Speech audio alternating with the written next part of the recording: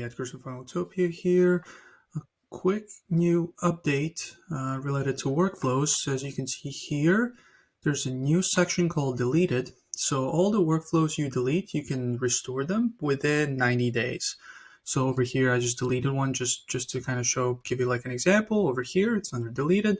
Let's click on restore. And then over here, you can see that we can confirm, right?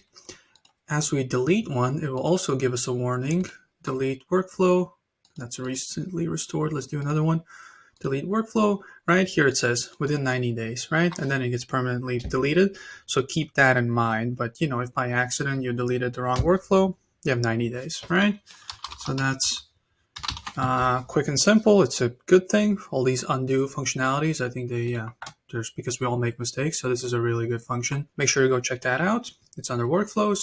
And if you have any questions about this or anything else, Funneltopia related, 24/7 chat support, let us know.